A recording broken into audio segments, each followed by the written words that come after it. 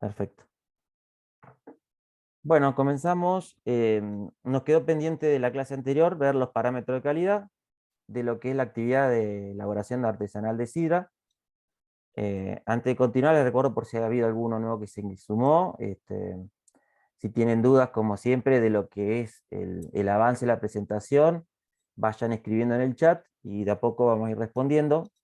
Así que esperemos que podamos avanzar de una manera dinámica para poder estar en tiempo con el horario de hoy. Esperen que voy a hacer la presentación pantalla completa.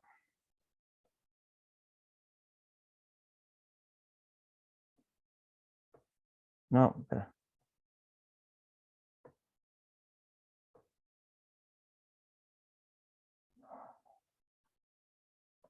Bueno, ahí vamos avanzando hasta lo que fue parte de parámetro de calidad, disculpen. Ahí está. Bueno, mediciones y controles recomendados para la elaboración en mostos y mostos bajo fermentación. Una vez que obtenemos el jugo, después de lo que es la molienda y el prensado de la manzana, tenemos un jugo denominado mosto. Ese mosto o jugo de manzana tiene distintos parámetros físico-químicos de los cuales nos interesa saber o tener una noción. Lo que nos interesa saber es la cantidad de azúcar que tiene. Habíamos visto, ¿se acuerdan también en la clase pasada? Las variedades de manzanas que abundan en la región, variedades de pera.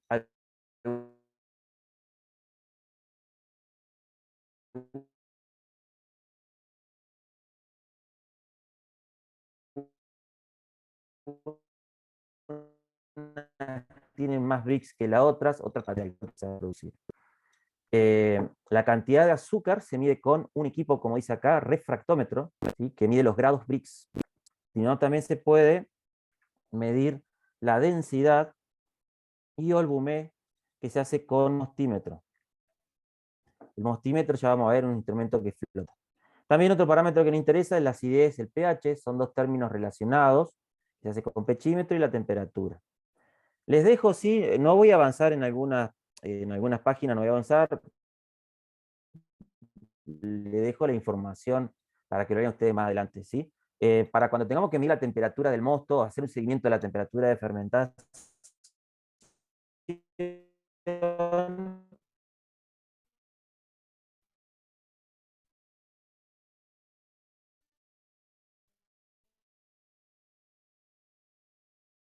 tenemos que medir la temperatura. Hay distintos termómetros. El que se recomienda para usar es el termómetro de carteles digitales, que andan bien también.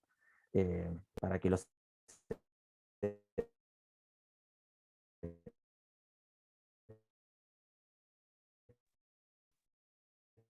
Pues está Lo que es así, el audio. 14 siendo 7. ¿Cómo? Sí. Ah, sí. Se corta un poco el audio. Ujú. Ah, bueno. Gracias por avisar, Javier. Ando con media señal, media floja, pero bueno. Es importante conocer el valor de pH del mosto porque va a servir si es una solución muy ácida, poco ácida. En el caso de la sidra, mientras más precisión tengamos en el valor de pH, más grado vamos a tener de noción del tipo de acidez que tiene, si es un mosto ácido o poco ácido, y en función de eso poder mejorar ese pH con el agregado de ácidos. Hay distintas formas de medir la acidez.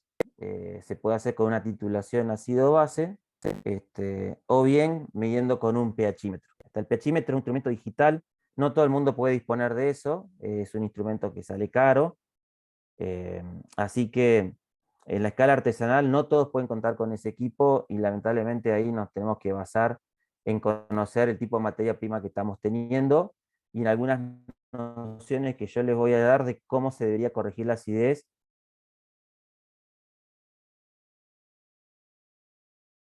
para determinados tipos de manzanas. Pero si cuentan con conocer el grado de acidez que tiene el mosto. Otro parámetro que nos interesa es la densidad, la relación masa-volumen. Se mide con un instrumento llamado densímetro o mostímetro y sirve para determinar la densidad relativa del agua. Más o menos sería como el de la derecha. El que se usa en la industria de bebidas fermentadas es un mostímetro, que lo que nos arroja es un valor que se llama grado Bumé, ahí lo pueden ver. El grado Bumé es un parámetro de medición de fermentación y consta de un bulbo de vidrio, ¿sí?, con un tubo capilar que está graduado y nos permite ver, de acuerdo al grado de flotabilidad que tengan, el valor de grado Bumé o densidad que tenga, ¿sí? Ya lo vamos a ver todo esto en la parte práctica, así que despreocúpense, simplemente sepan que es necesario conocer la densidad o el Bumé del mosto para poder saber de cuándo estamos partiendo, ¿sí? Para tener una noción de lo que va a ser el alcohol final. Ahí también les dejo algunas correcciones a tener en cuenta de acuerdo a la temperatura del mosto. Algunos mostímetros están calibrados a 15 grados de temperatura, entonces si se mide por encima o por debajo de 15 grados, se tiene que hacer correcciones del valor que se está leyendo en la escala del mostímetro. Y ahí está la técnica operatoria, así que bueno, eso lo vamos a ver en la parte práctica. Como les decía, en mosto se utiliza el grado Bumé como para tener una noción del azúcar. Aproximadamente, ahí como dice la presentación, un grado Bumé equivale a 1,8 grados Brix, que sería 1,8 gramos de azúcar por cada 100 gramos de bebida. Entonces podemos decir que por cada 17,5 gramos por litro de azúcar fermentado se genera un grado de alcohol. En definitiva, como dice acá abajo, un Bumé en el jugo equivale a 1 grado de alcohol en la sidra. Esto es aproximado, lo tómelo en pinzas. ¿Qué sucede en la realidad? Que los mostímetros vienen recontra descalibrados. Hemos hecho un montón de pruebas y hay mostímetros que te puede dar un valor de 7 grados Bumé en el mosto y otro paralelo que compró otra persona te puede estar dando 6,4, una diferencia de 0,6. Entonces, ¿en cuál te basás? ¿En el de tu compañero o en el que tenías vos? Bueno, actúa en definitiva como punto de referencia inicial para luego controlar el avance de la fermentación. Pero bueno, si ustedes quieren tener un instrumento bien calibrado, lo tienen que calibrar con algún instrumento que esté calibrado. Y en ese sentido, el INB, el Instituto Nacional de Vitivinicultura en Roca, realiza calibraciones de este tipo de instrumental, de densímetro o mostímetro. Bueno, para que lo sepan. La refractometría, que es la ciencia que estudia el índice de refracción, bueno, es lo que decía, que se utiliza para medir el grado de azúcar que tenemos. ¿Se acuerdan que había manzanas que tenían 14 grados Brix? Eso aproximadamente pueden ser alrededor de 140 gramos por litro. Mientras más Brix tenemos, más azúcar tenemos, ¿sí? Este es el equipo que vamos a utilizar para medir el azúcar del mosto, ¿sí? Lo vamos a hacer junto con el densímetro mostímetro. Ahí importante, no sé si se alcanza a ver en la presentación, pero hay un campo oscuro y un campo claro. La línea de división entre los dos campos pasa por el valor que tiene el mosto, ¿sí?, que puede ser 15 Brix, 14, 13, 12. Eso lo vamos a ver, así que despreocúpense, no es nada del otro mundo, pero sí que es necesario para tener una noción como les decía, del valor de azúcar. Si no lo tienen, despreocúpense, no hay problema. Se puede hacer sidra igual, no va a ser impedimento. Algo interesante a tener en cuenta, como en la parte de parámetros que estamos viendo, es que existe una relación entre lo que es la densidad, azúcar y niveles de alcohol. Como dice acá, para estimar la cantidad de alcohol que se producirá durante la fermentación, se debe medir la densidad del mosto antes de que comience la fermentación con el mostímetro. A medir el mosto recién obtenido, se podrá obtener un valor estimativo del alcohol que tendrá la sidra. Y eso se va a cumplir si se realiza en forma completa la fermentación. Pero como les decía, no tómenlo con pinza el dato del mostímetro porque a veces termina siendo definitivo. En otras partes, en Europa, en Estados Unidos, sí juegan mucho los elaboradores caseros artesanales con el contenido de alcohol final. Entonces hacen más estimaciones acerca del alcohol que va a tener la sidra. Y en función del contenido de alcohol también entran distintos estilos de elaboración que luego después compiten por eso. Pero acá les dejo en la presentación de hoy alguna forma de calcular alcohol estimado, si quisieran en algún momento informarlo en la etiqueta, ¿sí? Primero y principal, cuando tengan un producto ya desarrollado, el alcohol lo va a dar el organismo que les controla a ustedes, sea bromatología municipal o provincial o nacional. Pero si ustedes quieren caseramente tener una estimación del alcohol, bueno, les voy a pasar toda una serie de fórmulas que permiten obtener un alcohol aproximado, ¿sí? Fórmulas que se sacan de bibliografía que tengo, y otras de tablas que existen en internet. También en el mundo del vino se utiliza. Bueno, para que quede un volumen.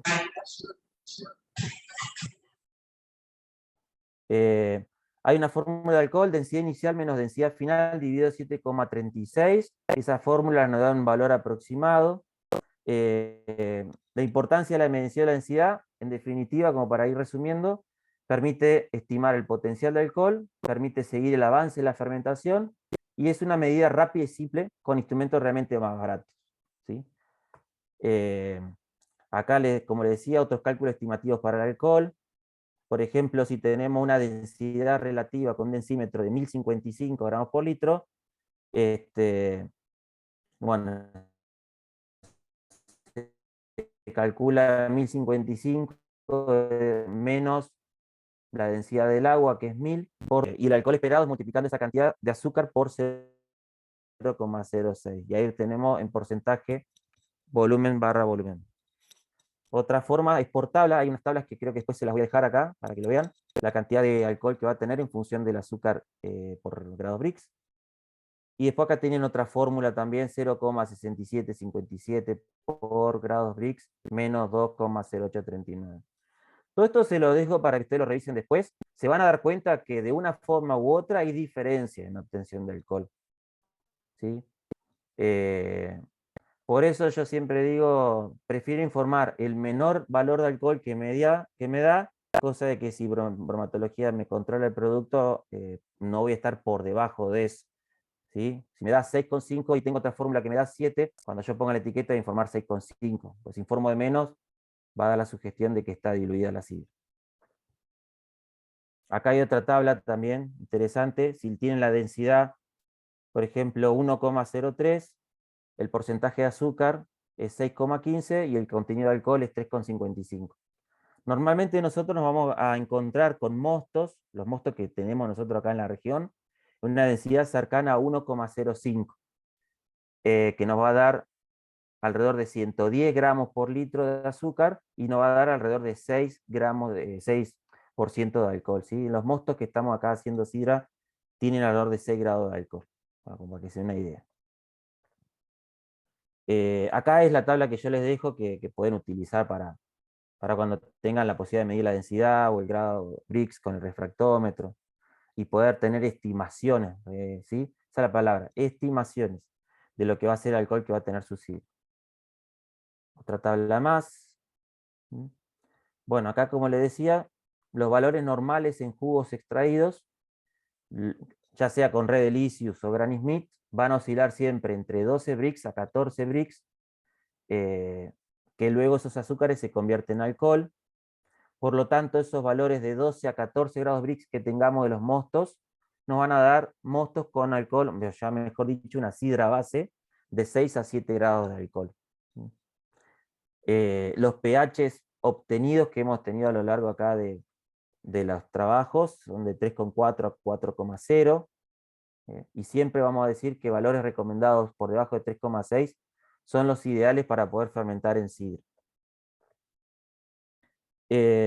Respecto a lo que es la elaboración de sidra base, ahora hablando de lo que es la materia prima, como repasamos en su momento, es importante la procedencia y el estado sanitario, el acopio, el estado de madurez y el transporte hacia la molécula. Tener todo eso coordinado para poder elaborar de manera segura.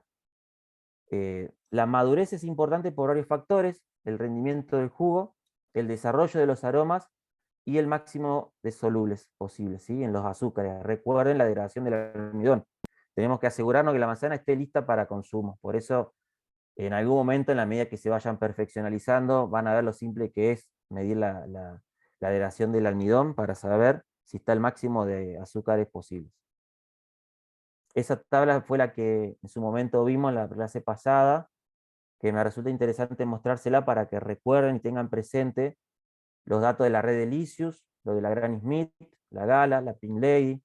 Recuerden que les dijimos la Granny Smith y la Pink Lady son las dos manzanas de las más ácidas que tenemos, con las cuales solemos elaborar los caldos, la sidra base, y que sugeríamos hacer cortes con red de Licious o con Gala si ustedes tienen la posibilidad de la mezcla, ¿no? Ya sea de las manzanas o bien de los caldos, ¿eh? Pero bueno, eso ténganlo en cuenta más que nada por el grado de acidez que tienen, ¿sí?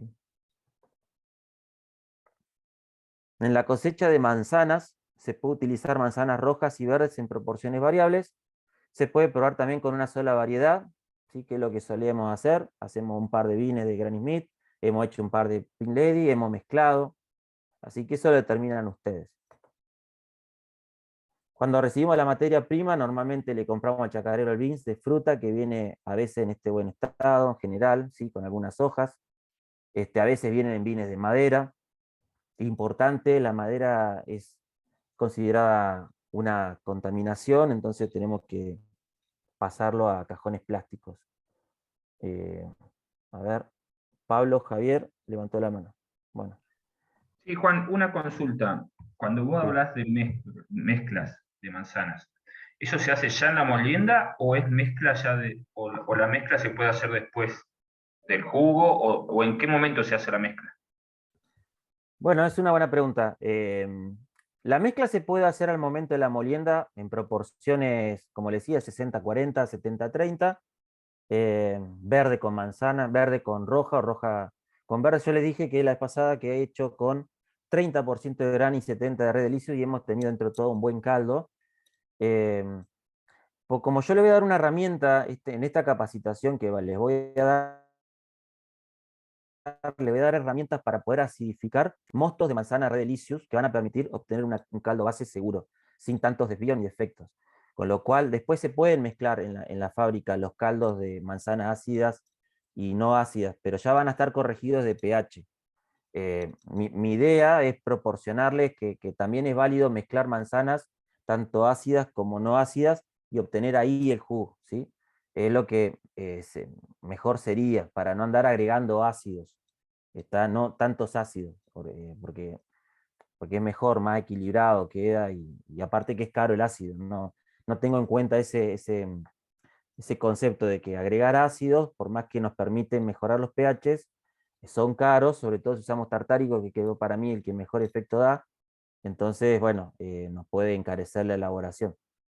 Así que se podría hacer como recomendación en el momento de la molienda, por eso hay que ver, la red de licio está antes, la gran y está después, bueno, la forma de preservar la red, que no llegue arenosa para gastar la gran, y son cuestiones logísticas que a veces complica. Cuando tenemos una cámara frigorífica es diferente, por eso lo podemos trabajar ahí. Y por eso vamos a lo seguro, lo que le decía, directamente esperamos que venga la gran y la Pink Lady y trabajamos directamente con eso. Pero se podría agregar a esa molienda manzanas rojas para poder aumentar el volumen y que el efecto de la acidez de la Granny pueda compensar la falta de acidez de las rojas. Bueno, eh, siguiendo con cada lote de manzana que compremos, que traigamos, una limpieza, selección y descarte. Hay que sacar las manzanas defectuosas, que ya estén podridas. Eh, no hace falta por ahí las que están con golpes, con ramiados, con granizo, eso no pasa nada, no es ese descarte el que hay que hacer, sino de manzanas podridas principalmente, sacar todos los que son hojas y ramas. En esos mismos cajones plásticos que le mostré, se pueden lavar ahí y que escurra bien toda la suciedad y toda la mugre que pueden tener las manzanas, o directamente se pueden dejar todo en un bins plástico rígido y se lavan ahí, o en tambores plásticos, pero bueno, tienen que encontrar la forma de lavarlas bien. Eh, de ser necesario, si hace falta, si la manzana de dudosa procedencia o se la regalaron, y cuando van a ver hay mucho ataque de carpocapsa, hay muchas podridas, entonces tenemos como duda de cuán sanitaria es el lote, cuán sanitario es. Bueno, a la solución de lavado le podemos agregar un poco de lavandina, hipoclorito de sodio, ¿sí? Hasta obtener 50 ppm, serían 2 tapitas por cada 10 litros de agua, y bueno, después enjuagamos bien, ¿sí? Y siempre la selección en todo momento, ya que es artesanal el proceso, tenemos la posibilidad de seleccionar, de cortar, eh, y mirar un poco bien con detalle el grado de calidad de la manzana. Esta es otra foto de otro taller, en la cual, bueno, ahí en esa tolva, que en realidad una paila, no teníamos otra forma, otro lugar, pero bueno, ahí nos tomamos el trabajo de limpiar bien y sacar todos los residuos de las manzanas que a veces traen, ¿sí?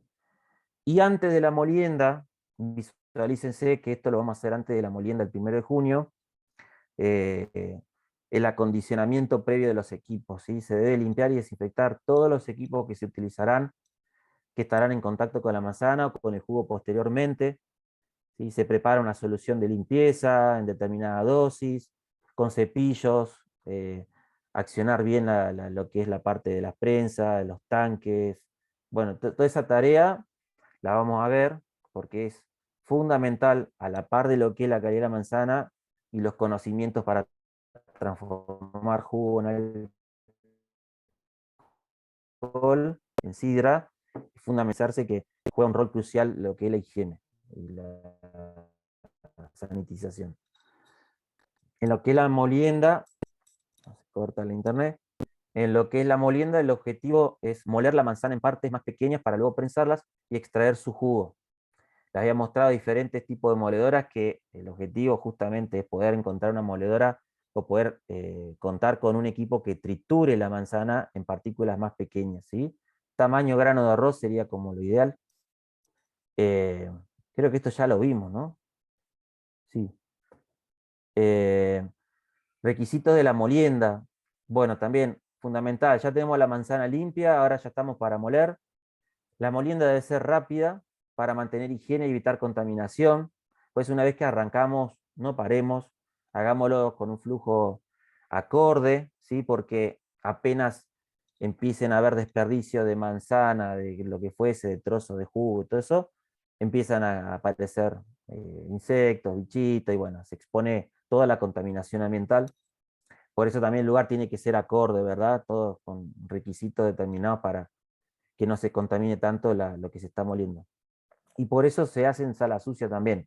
¿Sí? La molienda es una tarea sucia y en una sala de elaboración debería pensarse en hacerse en una sala sucia.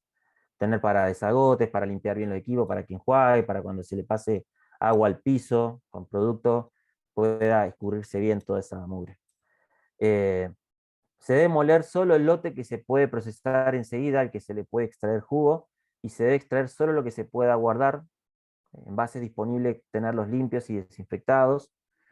Esta, como dijimos, es la operación más sucia de todas, por lo que hay que ser cuidadoso en todo momento. Y siempre limpiar y desinfectar, esas son las palabras claves que hay que grabarse. Inmediatamente después de usar todos los equipos, la moledora, los canastos, todo, limpiar y desinfectar, porque si quedan restos, después terminan siendo incubadora de microorganismos y nos van perjudicando ya sea el entorno en donde van a estar almacenados, como también la futura elaboración. Siempre preferentemente, obviamente, contar con materiales de acero inoxidable en lo que es moledora.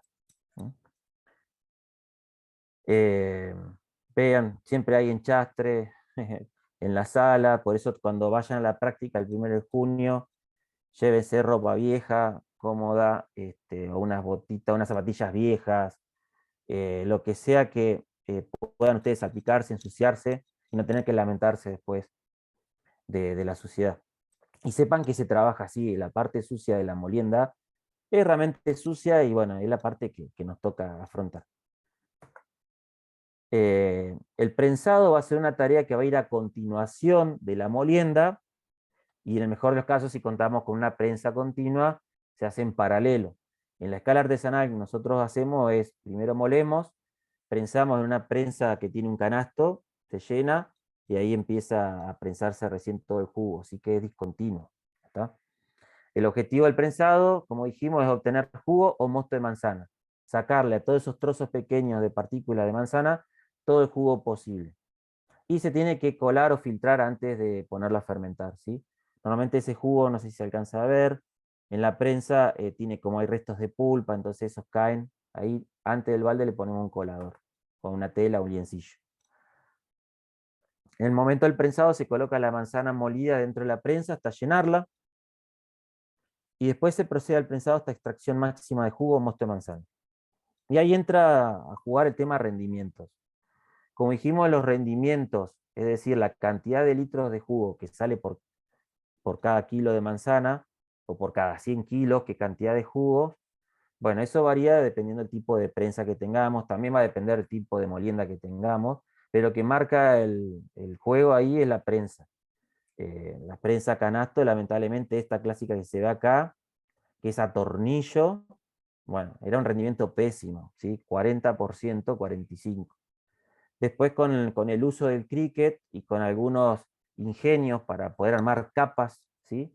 con separadores, bueno, nos llegó a aumentar al 50%. Pero después la prensa hidráulica, esa que yo le mostré, que tenía capas de tela, una superpuesta una arriba de la otra, esa ya daba 65%, ¿sí?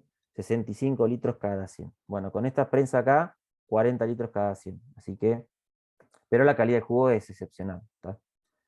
Pero lamentablemente nos queda mucho orujo con jugo por traer, por extraer.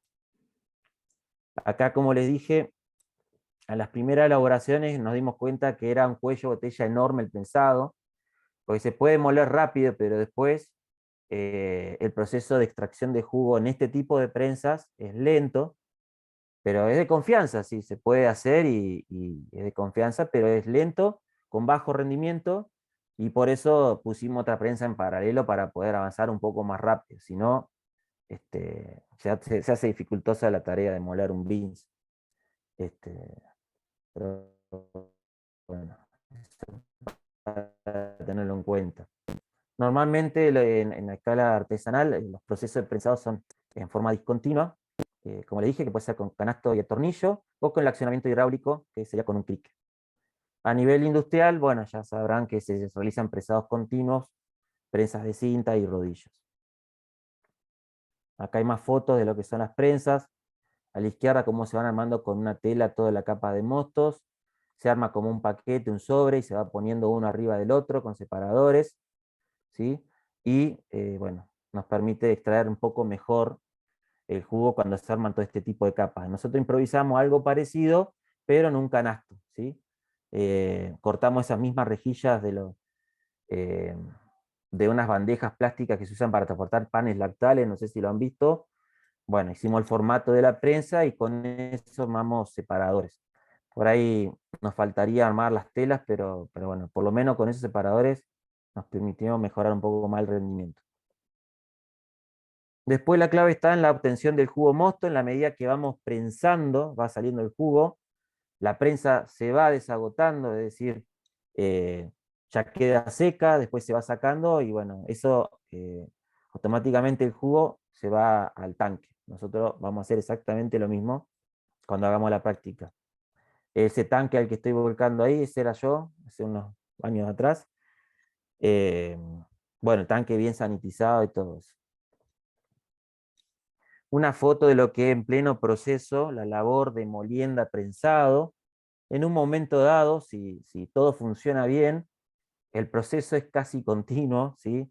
Traemos manzanas del beans, las lavamos, dejamos las lavadas listas para moler, uno está en la molienda, otro prensando, el otro desagotando de la otra prensa y obteniendo el jugo, ¿está? Bueno, la idea, cuando se vaya afilando, digamos, las prácticas, es decir, esta práctica, después ustedes harán otra, y después si se puede haremos otra, práctica tras práctica se va adquiriendo destrezas en lo que es el aprovechamiento de los tiempos para poder aprovechar al personal que nos está dando una mano o bien que se contrató, ¿sí? Esta es una linda sala de elaboración que tiene el puesto de plotier, ¿sí?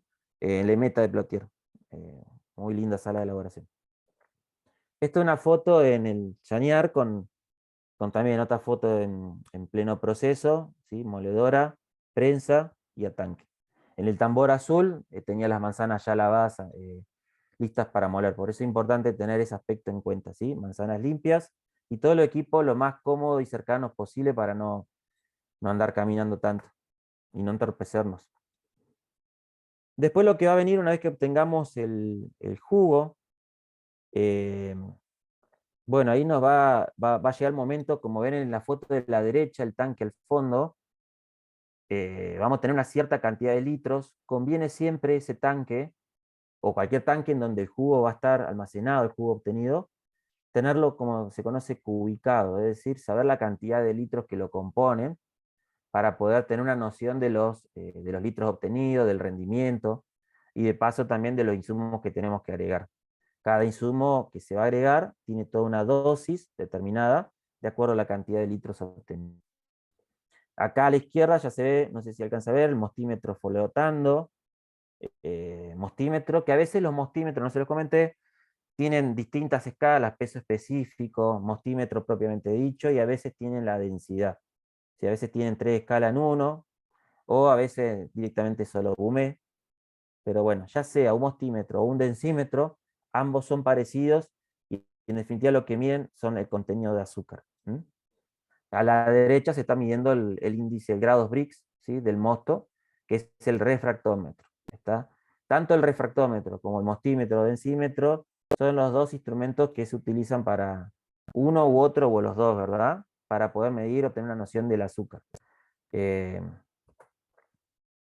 bueno, aspecto a tener en cuenta durante el prensado, como dije, es el cuello de botella en la molienda de la fruta. Recolección del mosto en recipientes limpios y infectados, ya sea tanque cilíndrico cónico o tanquecitos de 20 litros, lo que tengan, siempre limpio y desinfectado. Importante poder analizar parámetros de calidad como pH, Brix, densidad, UME. Y algo fundamental que vamos a hacer nosotros allá cuando tengamos el jugo es la estabilización del mosto, agregando metabisulfito de potasio, que puede estar diluido en agua o en mosto. El metabisulfito de potasio lo que nos va a aportar es anhídrido sulfuroso, que para nosotros es fundamental poder tener, poder agregar ese producto, poder utilizarlo y saber utilizarlo, y poder identificar bien las dosis para no pasarnos. Nos podemos mandar una terrible macana si no usamos bien el metabisulfito de potasio, porque podemos tirar todo por la borda. Si nos pasó de la dosis no podemos hacer más nada. Si nos faltó, bueno, podemos estar a tiempo de corregir. Pero si nos pasamos, el jugo que obtuvimos, vamos a tener que hacer más para cortarlo, o no nos va a servir para después. Y algo importante del prensado es que una vez que estabilicemos el mosto, ahora vamos a ver por qué tenemos que estabilizar o por qué se le llama estabilización. Bueno, una vez que lo estabilizamos, es importante dejar en reposo, en totalmente estático el jugo con el metabisulfito trabajando, 24 horas, ¿sí? Que tiene que estar en forma cerrada. Hay que dejarlo trabajar. Hasta acá vimos lo que es la parte de parámetros de proceso y algunas fotos de lo que es la parte del procesamiento para ubicarse mentalmente en lo que va a ser la tarea. Yo ahora tenía, para compartir con ustedes, déjenme ver, a ver, acá. Acá. Voy a ver si puedo compartirles un video de lo que es la actividad, ¿sí? A ver si lo puedo hacer. Pará. Está bien.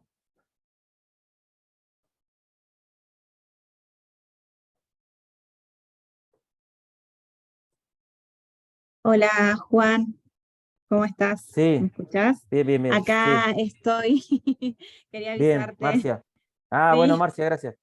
Desconozco hasta ahora si han habido preguntas, pero ya un alumno me hizo una consulta que traté de responder y bueno, ahora eh, lo que pienso ahora mostrarles es un video de lo que es la molienda y prensado que hacemos en el Chañar, para que se ubiquen lo que vamos a hacer el 1 de junio. Ahora que vos estás presente, podemos decir que de la encuesta que mandaste, unas 20 personas están dispuestas a hacer la práctica, así que con eso, así que el 1 de junio a las 14 horas, 1 de junio a las 14 horas vamos a hacer la molienda de la manzana en el puesto Chañar. sí, perfecto. Bueno, sí. Recién me conecté yo porque bueno, estaba atrasada con otras actividades, pero en el chat por ahora Ah, no había ninguna consulta, por ahora. sí. Bueno, ahora que veo perdón, ahora que veo el chat, perdón, veo que me sugerían desconectar la cámara, es verdad, no me di cuenta, lamento que se haya escuchado entrecortado. De todas formas, si van viendo la presentación y les surge dudas, me avisan, ¿sí? Bueno, lamento no haberlo visto a tiempo. Vamos a ver el video de la clase esa, de la práctica que hicimos en el Chañar, que armamos un lindo video para presentarles.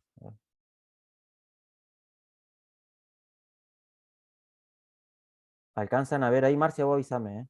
Sí, sí, está la pantalla del video, todavía no empieza a reproducirse.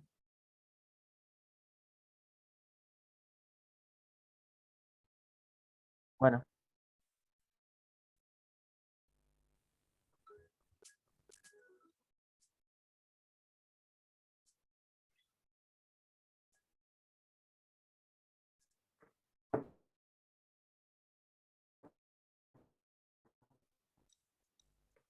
Bien, ¿hasta ahí lo están viendo? Sí, sí, sí, Hola, se hola. ve. No tiene Bueno, sonido, yo voy sí. a... ¿Eh? Ah, ¿sin sonido? Está sin sonido, se ven Qué las lástima. imágenes. Por ejemplo, ahora hay un tractor con 2 bines de manzana verde. Bueno, tiene una música de fondo muy linda, ¿viste? Muy relajante. Pero bueno, no sé, la verdad no sé. No se escucha, no tengo idea por qué. Pero hasta ahora, bueno, yo voy haciendo acotación en la medida que vaya avanzando el video. En esta oportunidad en la molienda, la fruta que le compramos al productor, la trajeron en una camioneta y después la descargaron en el Beans. Así que bueno, a veces puede pasar eso, a veces vamos a buscar nosotros la fruta en cajones o en tambores. Sea lo que sea, la recepción es fundamental porque ahí es donde vemos que lo que compramos está en buen estado. ¿Cuántos kilos son, Juan, un beans de esos? ¿Eh? ¿Qué Un bienes beans de son? esos. ¿Cuántos ¿Cuánto kilos? sale? No Los escuché la No, kilos. pregunta. Ah, ¿de cuántos kilos? Hay algunos que son de 370 kilos, 370. Otro de 400 kilos, otro de 350. Ese particularmente no me acuerdo cuánto era. Pero más o menos tienen de 350 a 400. Acá está, en ese bins plástico, se lavaron las manzanas, ¿sí? Se pueden usar los mismos canastos de 20 kilos o dejar sumergidas todas en un solo bins, ¿sí? Así vamos a estar nosotros el 1 de junio, ¿sí? Medio repartido alrededor, pero bueno, el que pueda ir aportando, colaborando, bienvenido sea. Pero la idea es que todos puedan participar, ¿sí?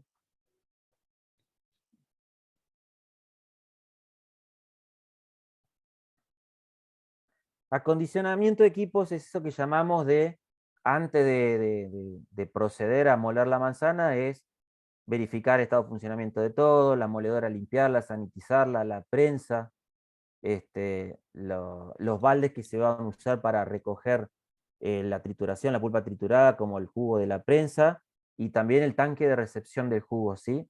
A eso le llamamos acondicionamiento de equipos, y es lo primero que vamos a hacer cuando ustedes lleguen al chañar. Nos vamos a presentar, nos vamos a conocer todo, pero lo primero que vamos a hacer es eso.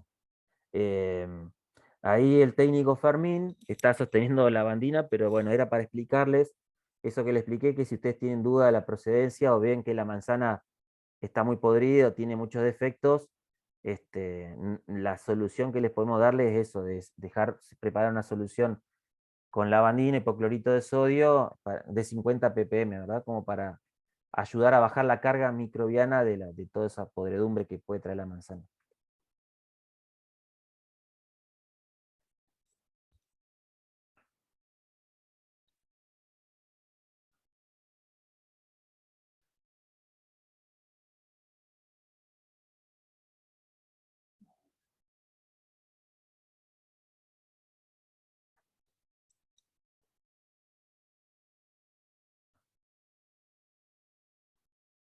Bien, ahora se inicia una vez que ya tenemos la manzana lista. El BIS lo que hizo fue sumergirla ahí en la solución de lavandina y después afuera se escurría con agua, ¿sí? Se procedió a hacerlo así. Pero si vemos que la manzana está en muy buen estado, directamente con un lavado alcanza, ¿está?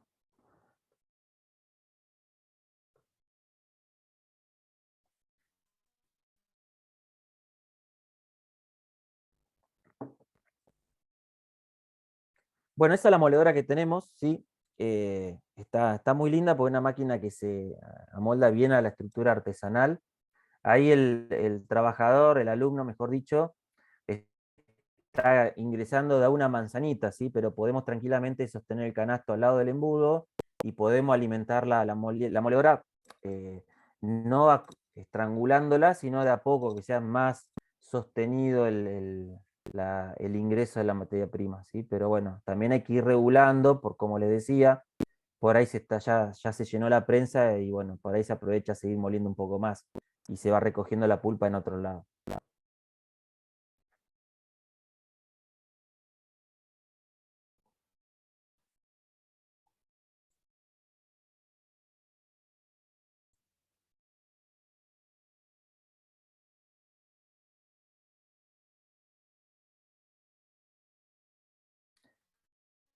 Bueno, ahí fundamental esa parte que les mostré, tamaño tipo grano de arroz. Por ahí la Granny tiene la particularidad que es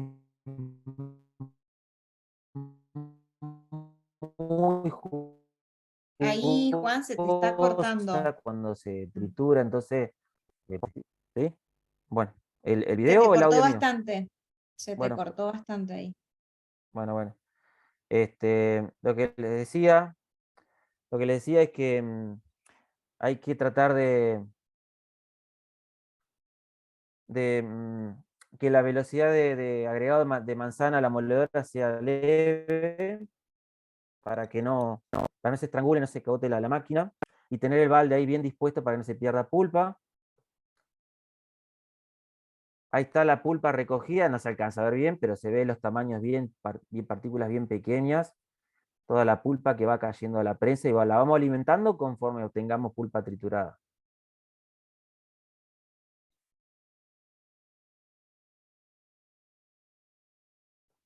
Bueno, en la medida que agregamos pulpa va saliendo jugo y no hay que perderlo para nada, ¿sí? Hay que estar atento ahí con el balde. Ese jugo se le da la bienvenida, es decir, todo lo probamos al principio para que puedan sentir el grado de acidez o dulzor que tiene el jugo, así ya se van dando cuenta qué correcciones habría que hacer cuando tengamos todo el jugo listo. Pero bueno, es importante tener en cuenta eso, ¿sí? Porque a veces ponemos la pulpa y no está el balde y se nos pierde 2 litros de jugo que terminan siendo recontravaliosos.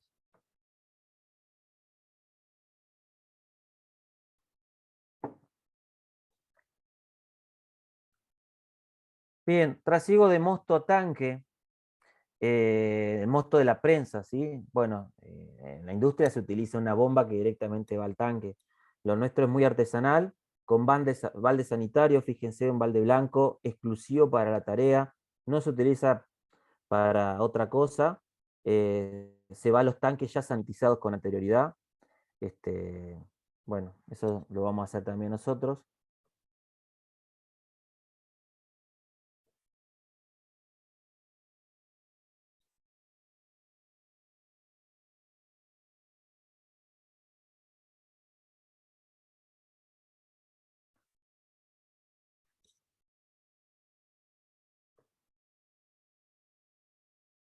Bueno, ese fue el video, no sé si lo pudieron ver bien, Marcia. Sí, sí, se vio bastante bien. Lo único que era iba como lento, pero bien. Hay una Bueno, pregunta ahora, Juan. sí, Lo que escucho. preguntan es, ¿qué cantidad, cuánto es la cantidad de tartárico que se puede añadir y el límite de sulfito? Excelente, eso lo vamos a ver ahora a continuación. Bien ahí, que quieran saberlo. Ahora lo vamos a ver. Hasta ahora, solamente para repasar, por si ha habido alguna persona nueva, es que, bueno, vimos los equipos que sean necesarios, los parámetros de calidad que hay que tener en cuenta para medir. Y ahora lo que vamos a ver en la parte de procesamiento, ya de cuando tenemos el jugo, lo que es la parte del agregado de insumos para fermentar y todo eso, lo que es la levadura, el sulfito, el ácido, lo vamos a ver ahora a continuación. Esperen. A ver.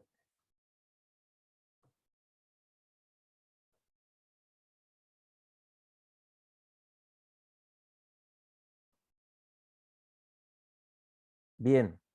Bueno, ahora vamos a ir tratando de responder esas preguntas y ya vamos a entrar un poco ya más en detalle de lo que nos interesa, que es transformar ese jugo en sidra.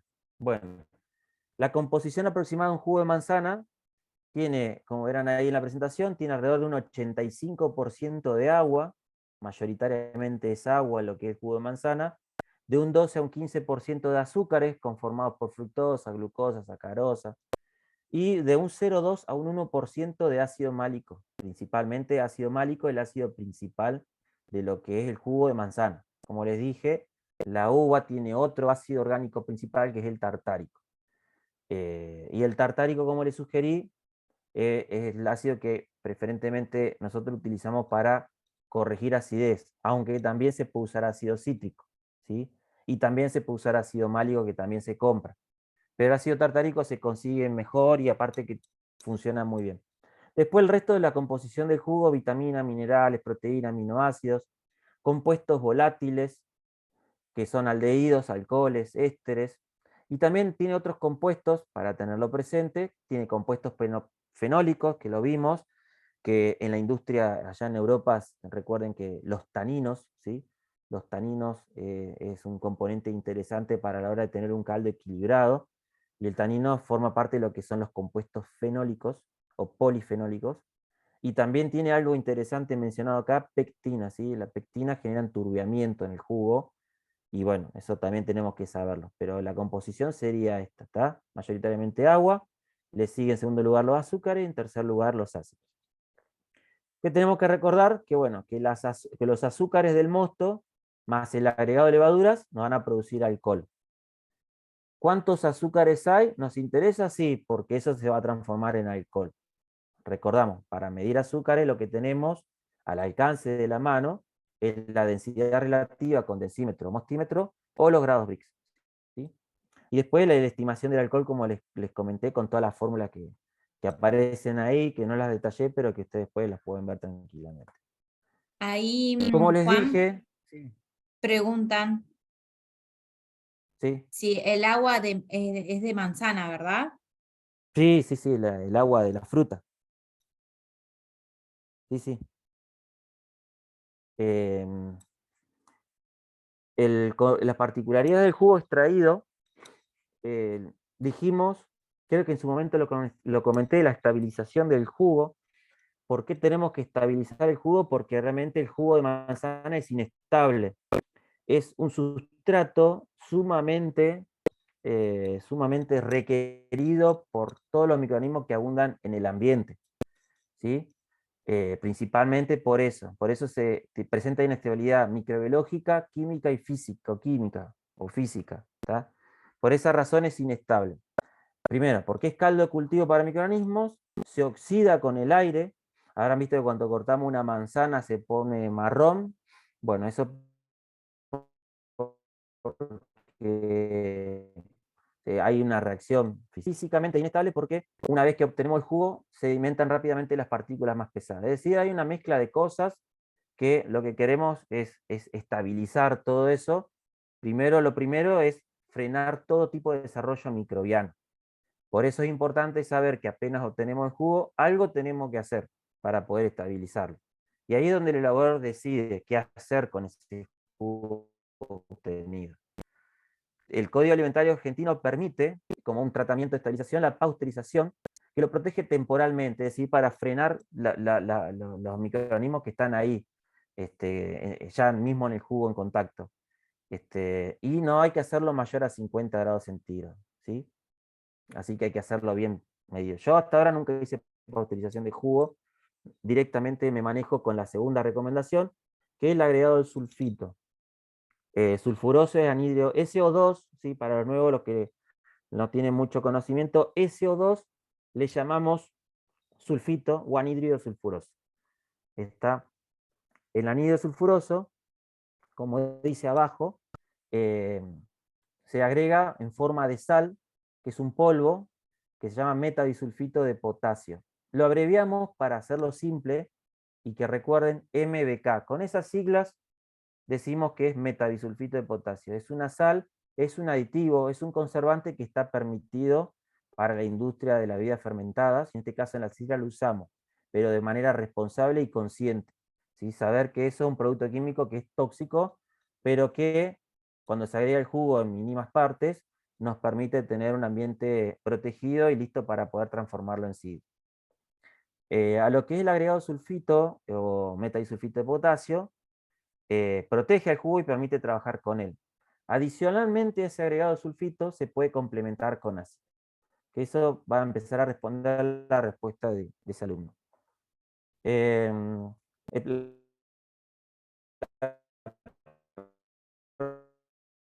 Protección del jugo con sulfito, como primer paso, el agregado de MBK en una dosis, se corta, se agrega metadisulfito de potasio en una dosis de 8 a 10 gramos por cada 100 litros. Eso equivale a 50 miligramos por litro de sulfuroso, ¿tá? Pero bueno, esas son las dosis recomendadas de manera general. Lo pueden usar para jugo de pera, para jugo de manzana.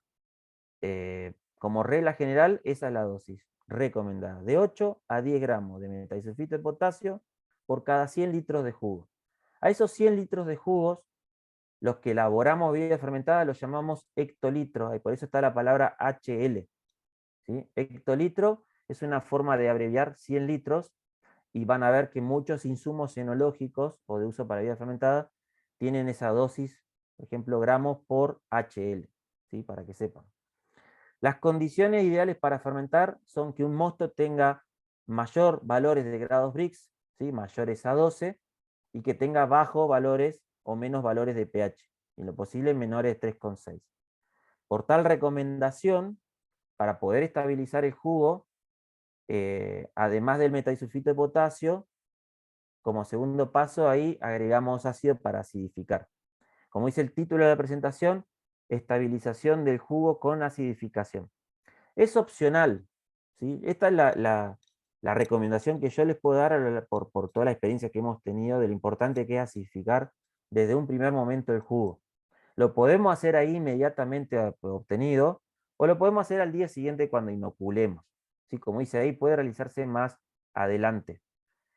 Normalmente yo corrijo al otro día, es decir, o antes de fermentar. ¿Está? Pero bueno.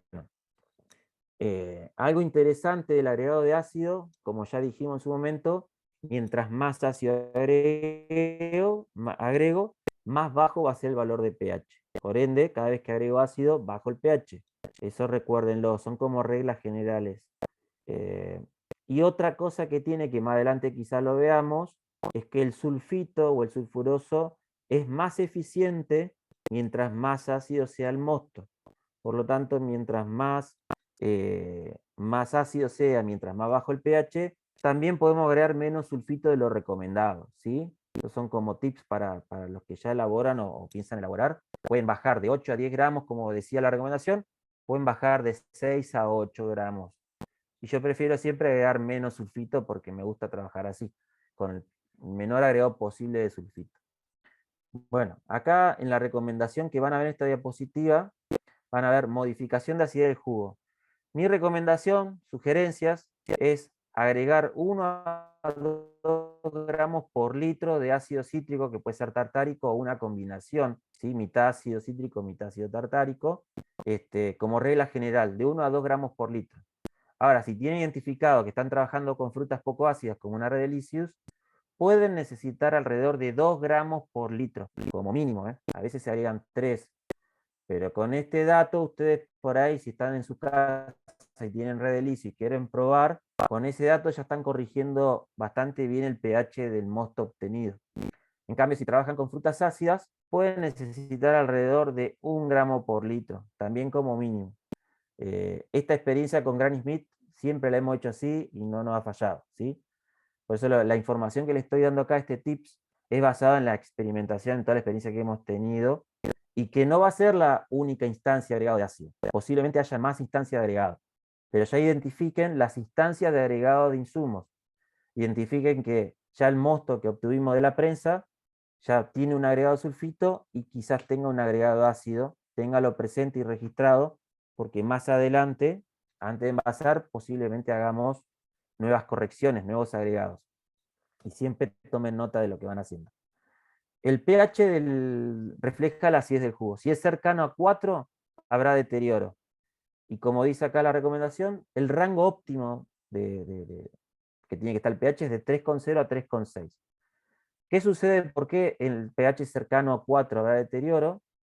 Tienen que saber que alrededor de ese pH empieza a aparecer en acción bacterias, sobre todo del tipo lácticas, que son esas bacterias que se usan en el yogur. Bueno, también pueden crecer en el mosto de sidra, y si el pH está cercano a 4 o supera, va a entrar con más facilidad a trabajar que las levaduras. Entonces vamos a tener una contaminación tremenda. ¿Sí? Por eso hay que tomarse con importancia el hecho de tener un mosto acidificado o con buen pH para fermentar, ¿tá? Para que no entre en competencia con levaduras, con bacterias principalmente. Acá, siguiendo con lo que es protección, estabilización del mosto, que es lo que les comentaba, me he olvidado que lo tenía acá en la presentación.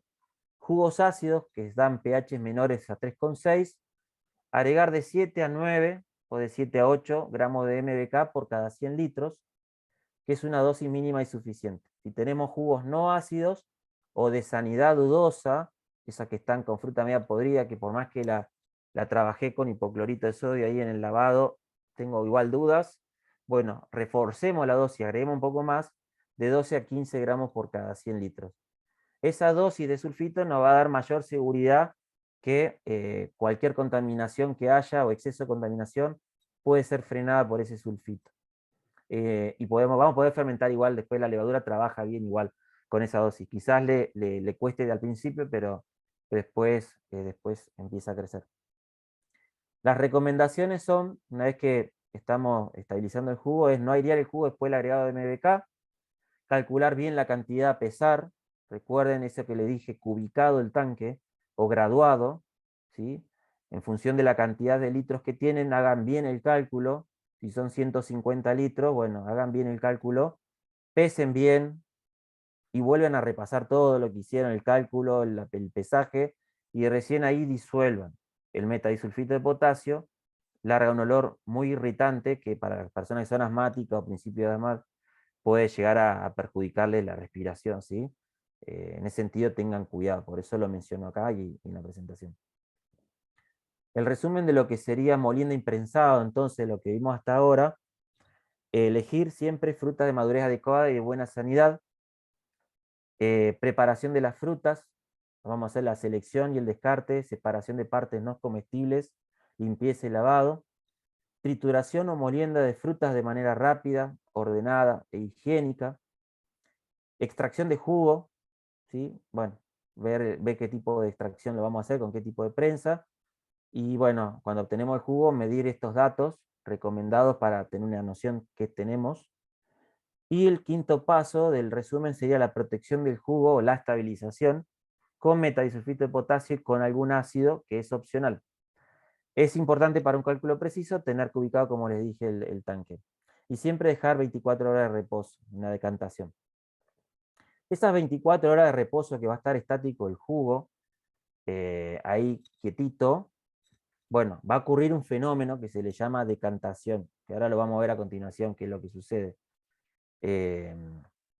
La decantación del mosto es cuando sedimentan las partículas que están en suspensión. Primeramente las más gruesas se van inicialmente y luego la de peso medio. ¿Está? Entonces vamos a ver, conforme avancen las horas desde que molimos, que empiezan a haber dos capas. Lo mismo va a pasar cuando ustedes pongan jugo triturado, lo ponen en la heladera, van a observar dos capas claramente distinguidas, una que es la borra, la parte sólida en el fondo, y la parte líquida, clara, transparente arriba. Bueno, en la elaboración de sidra es altamente recomendado hacer una buena decantación. Normalmente la temperatura recomendada de 12 a 15 grados y el tiempo sugerido de 12 a 24 horas. Depende de la manzana que utilice, a veces es necesario complementar con agentes clarificantes. Que se utiliza como para acelerar el proceso de decantación, bentonita, que vamos a ver más adelante cómo se prepara. Es muy simple, se prepara en una dosis determinada y se pesan 10 veces su parte en peso, ¿sí? Lo vamos a ver más adelante. Pero en este caso, para cuando queramos acelerar el proceso de decantación, podemos utilizar, como dice acá, de 0,2 a 0,3 gramos por litro. La industria, además de que pueda usar o no bentonita, utiliza algo que tiene alcance de la mano, que son enzimas pectolíticas, como dice acá. Nosotros no le estamos agregando, pero sí la ha utilizado, y realmente la enzima pectolítica mejora notoriamente el proceso de decantación, y además que favorecen la extracción de precursores aromáticos que pueden darnos un mejor perfil aromático. En la decantación del mosto, el agregado de MBK favorece el proceso, ¿sí? Además de que el MBK, es decir, el metadisulfito de potasio, recuerden, además de que estabiliza el mosto para que no trabajen los microorganismos, además produce el proceso de desfangado o defecado, como dice ahí, que es el simple hecho de que se puedan acelerar el proceso de decantación. En la práctica de este taller, tomen nota ahí en el punto 6, por razones de agenda que van a ir directamente ese jueves, no vamos a poder realizar la decantación total, es decir, a las 24 horas, es decir, el viernes al otro día vamos a hacerlo. Estamos complicados de agenda, porque yo quiero mostrarles al finalizar la molienda y el prensado, quiero mostrarles la inoculación, la preparación de la levadura y todo. Por eso, para no volver a citarlo al otro día, lo vamos a hacer ahí mismo. Y bueno, antes de agregar los insumos, vamos a desfangar lo poco que haya desfangado, ¿sí? Por eso vamos a utilizar tanques cilíndrico cónicos que permiten sacar mejor la borra que esté bien al fondo. ¿Está? Pero simplemente por razones de agenda, operatividad, lo vamos a hacer así. Pero la recomendación mía y la recomendación nuestra es que traten de que pase 24 horas para poder hacer la separación de las borras, los sólidos, de la parte líquida, ¿sí? Como comenté ahí, el uso de enzimas pectolíticas es un insumo enológico muy específico que no se consigue en cualquier lugar. Por eso también no lo usamos o trabajamos, prácticamente no trabajamos con eso. Sí se consiguen los que le comenté recién, en la casa de Roca, Pérez, hermanos, creo que tienen, pero por ahí son específicas para uva, para mosto de manzana. Hasta ahora que yo no tengo conocimiento si hay algo para manzana en sí en Pérez, sí para uva. Pero de conseguirse, se la recomiendo porque este, favorecen un montón de cosas. Lo que pasa es que el uso de enzimas pectolíticas puede conllevar ciertos riesgos si se trabaja en exceso con el tema de la formación de metanol. ¿Tá? Pero bueno, acá les dejo para que ustedes vean qué dosis sería la recomendada en el caso de hacer algún ensayo con enzimas pectolíticas. Que, como dice uno de los puntos, se puede agregar también durante la molienda o bien en la decantación. En la industria se utiliza en las jugueras, se agrega la enzima pectolítica una vez molida la fruta, entonces ya va trabajando sobre la pulpa y va extrayendo mejor todo el agua, todo el jugo, ¿sí? Entonces en el prensado se obtiene mucho mejor rendimiento, así que también se puede probar con algo así en algún momento. Juan, ahí Sí. había una pregunta de hace un ratito. Decían que en caso de usar manzanas que han sido descarte de un galpón de empaque, que han sido enceradas, ¿en qué perjudica esa cera? Mira, nunca creo que una sola vez trabajé con eso y lo único que hicimos fue lavarlas bien. Este, mm, no sé en qué puede llegar a perjudicar, porque no sé si se disuelve bien en agua, y normalmente es fase acuosa, todo es jugo, mayoritariamente es agua, así que creo que no sé si alcanza a disolverse y a pasar a ese medio acuoso, lo que es la cera. Pero bueno, habría que hacer alguna prueba después de algún análisis para ver si queda algún residuo, pero yo tengo entendido, o al menos considero que no habría problema para trabajar así, con un buen lavado previo, no creo que pase al medio que es mayoritariamente acuoso. La cera creo que se disuelve en otro tipo de medio que no sea líquido. O sea, habrá que ver qué tipo de cera es, ¿no? En ese sentido habrá que investigar un poco más quizá esa parte. Por eso trabajamos directamente en lo que es la escala artesanal, preferentemente le compramos a los productores, o en su defecto a manzanas que tienen guardada en cámara algunos galpones que todavía no pasó por el empaque. ¿Está? Por eso es que en mucha experiencia no tenemos en trabajar con ese tipo de fruta. Pero sí, yo creo que no habría problema desde ya, pero habría que ver bien. Continuando, desborre, trasiego de mosto decantado. Bueno, al otro día, es decir, transcurridas esas 12, 24 horas, va a llegar el momento de eliminar las borras, eso que fue al fondo del recipiente, y poder tomar la parte líquida, clara, transparente, ¿sí?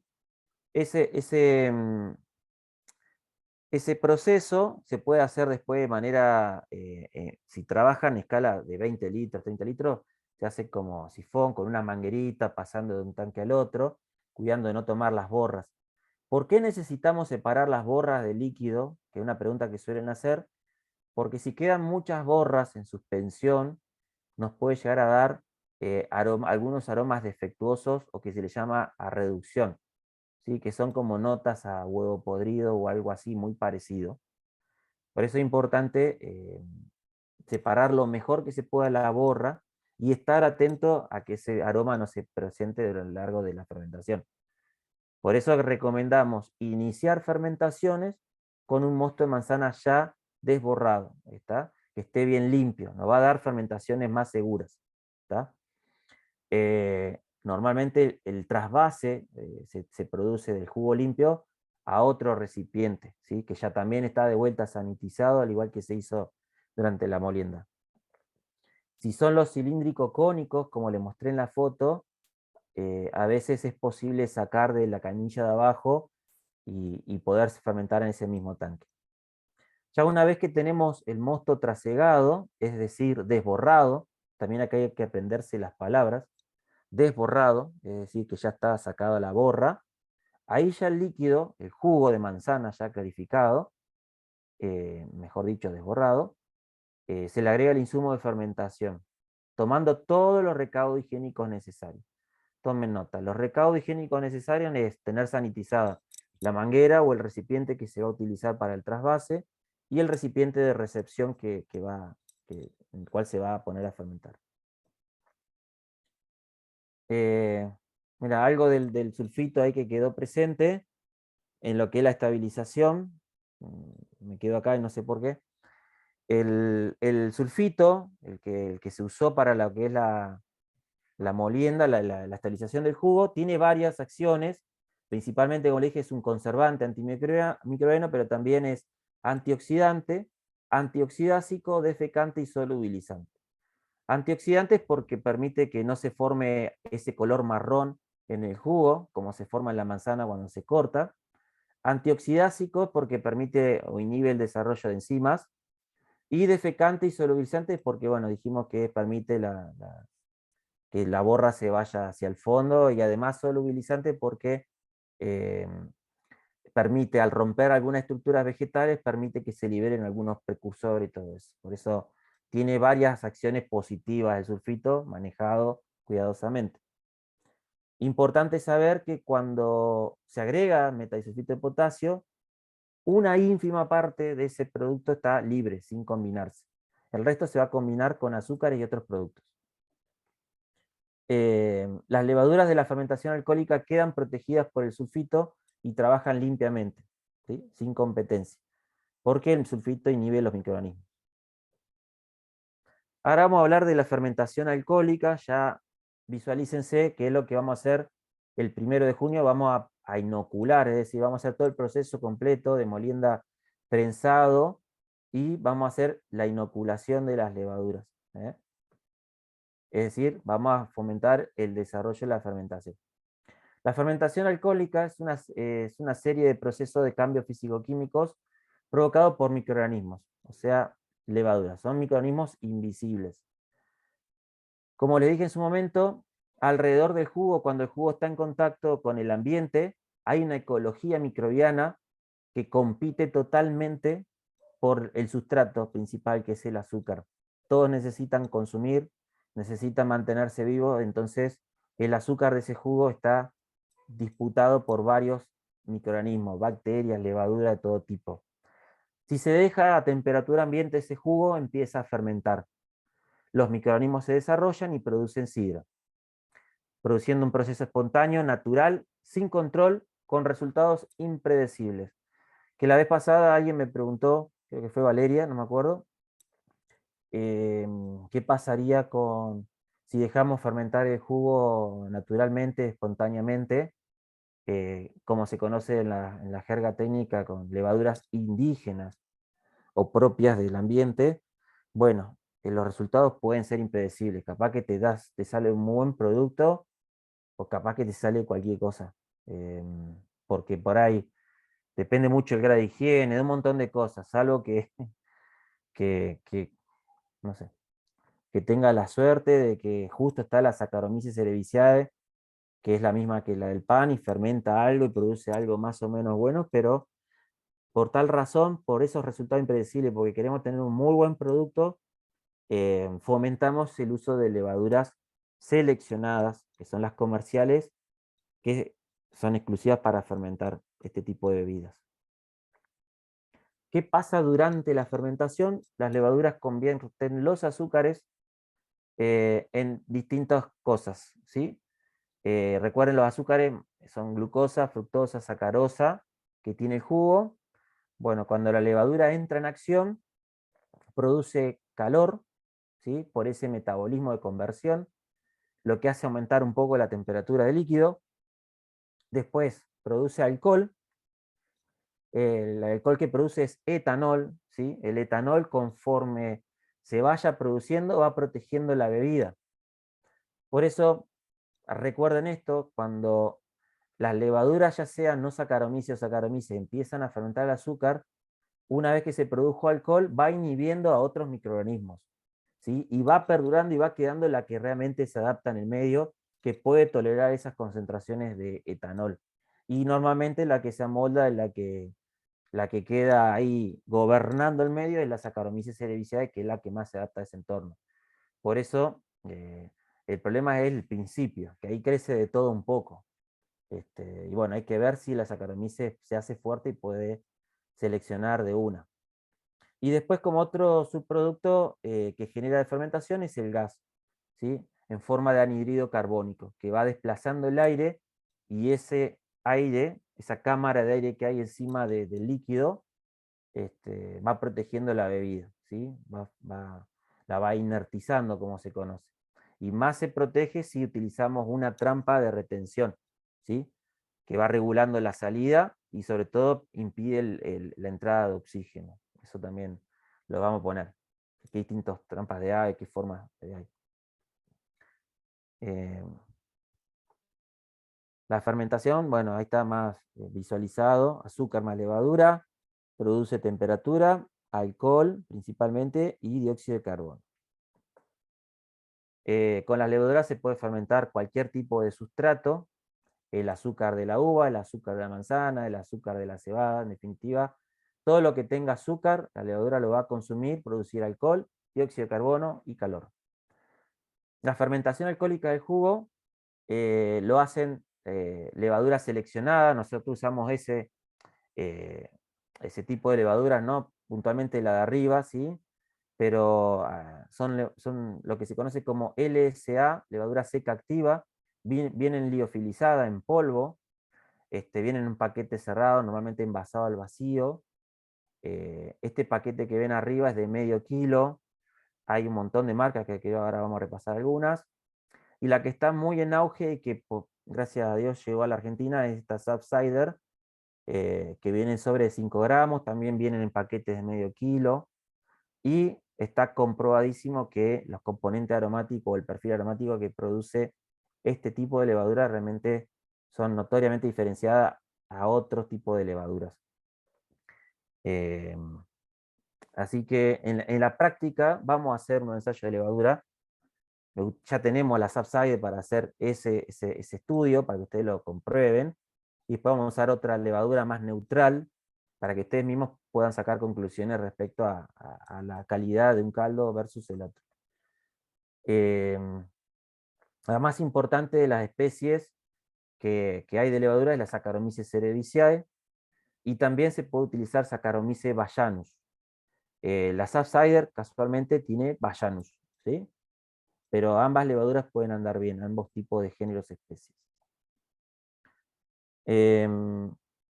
Bueno, la fermentación alcohólica, como dijimos, puede ser llevada a cabo por levaduras naturales o indígenas, o por agregadas inducidas e inoculadas. Nosotros fomentamos el uso de levaduras comerciales, que se llamaría levaduras seleccionadas, fermentación inducida o inoculada. Hay distintas opciones, ahí les dejo nota de las que andan bien para sidra, que se pueden conseguir en la región, ¿sí? Lactiflor Spark, esos precios creo que son de hace un par de meses, así que, como sabrán, los precios van aumentando y ya no puedo dar fe de que esos precios son actuales. El último precio que tengo de las Subsider, que sale casi 1000 pesos el sobrecito de 5 gramos, y rinde unos 30 litros. ¿Está? Para microfermentaciones, microelaboraciones, creo que anda perfecto. Una gran complicación de trabajar con estos paquetes de levaduras cuando se es elaborador artesanal, el paquetito de 500 gramos puede resultarnos caro, y por ahí usamos capaz que 60 gramos o menos de 100 gramos, y quizás nos queden 400 gramos para el otro año si es que no seguimos elaborando durante el año. Entonces es un insumo que cuesta afrontar y a veces conviene comprar a medias. Pero si no, una vez abierto el envase, el paquete, se conserva bien en la heladera un año, ¿sí? Bien cerrado. Yoc 18 2007 del Aleman también anda bien, la Albin, ¿sí? Son levaduras que también recomendamos porque andan muy bien con la sidra. ¿Cómo trabajan las levaduras? Tienen distintas etapas en lo que es la fermentación de una bebida. La primera etapa es de multiplicación, ¿sí? Todas esas levaduras que agregamos se duplican, van creciendo, se van adaptando al entorno y van usando el aire disuelto y los nutrientes que hay en el jugo para esa etapa de multiplicación. La segunda etapa ya es una fermentación intensa, llamada tumultuosa en algunas situaciones, y se nota el burbujeo, la espuma. En esta etapa cambian los azúcares del jugo en alcohol, se produce el gas y se aumenta la temperatura. También se va modificando el color, algo que es real, ¿sí? Y después la tercera etapa es la finalización de la fermentación, que la vamos viendo después cuando hacemos el control de esos parámetros que yo le decía, grado Boumet, nos vamos dando cuenta que el Boumet llega a 0 y se mantiene el mismo valor por 2 días. En esa misma etapa que vemos que ya no hay más actividad fermentativa, ocurre una sedimentación de borras natural conformada por pulpa y levaduras muertas. Los estadios del proceso fermentativo, tenemos primero 2 días de quietud aparente, que agregamos la levadura y parece que no hay nada, no obstante se ve como un aumento de la turbidez. Y después tenemos los siguientes 2 a 4 días de espuma y burbujeo, que es la actividad fermentativa intensa.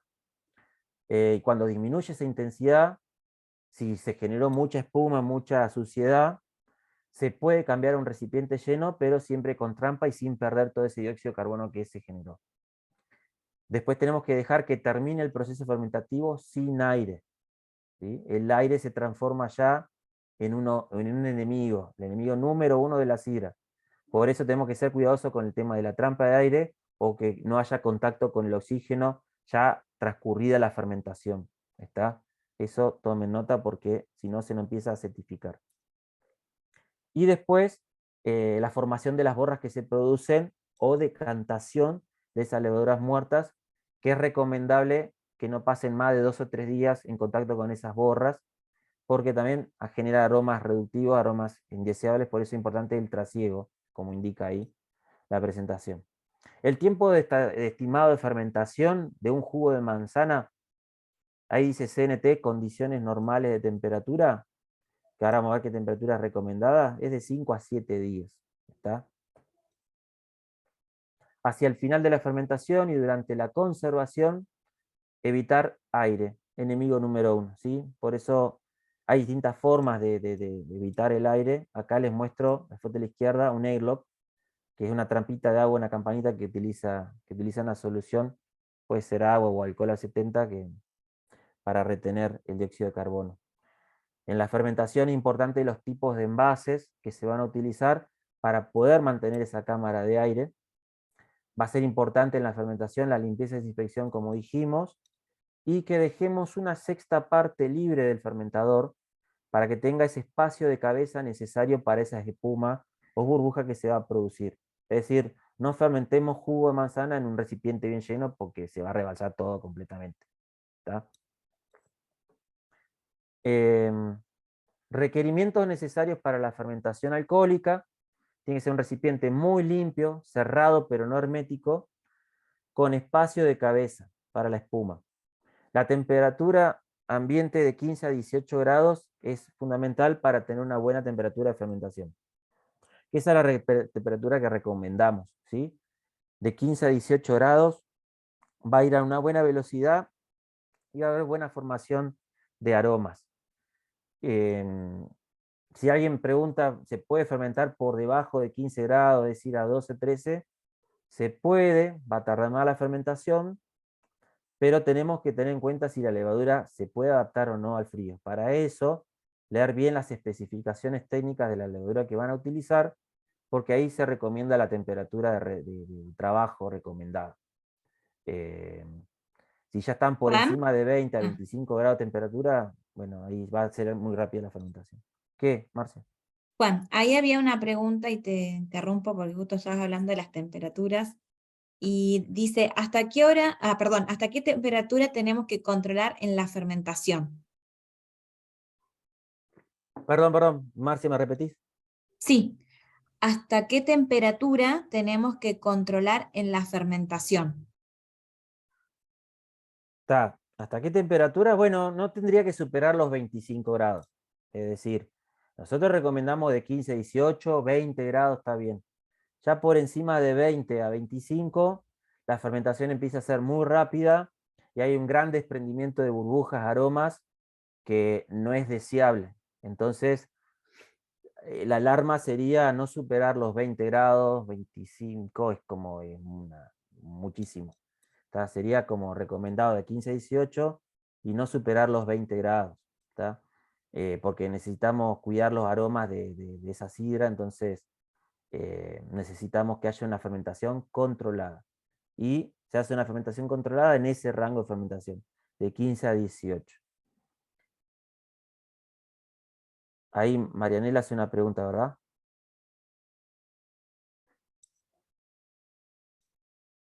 ¿Me escuchan?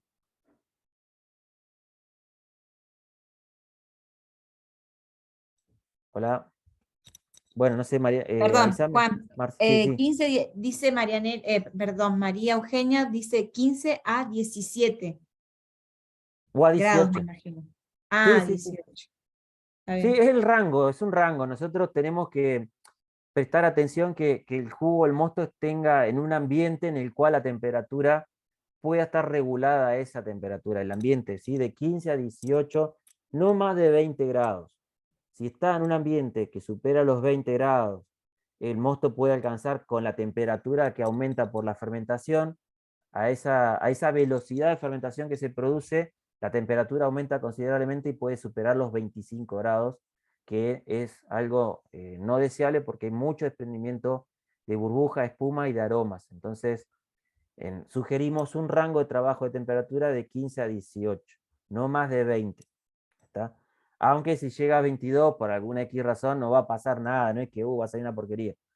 Pero sí que procuremos que en esos 4 días de fermentación o 5 podamos tener ese rango de trabajo, ¿tá? De fermentación de temperatura.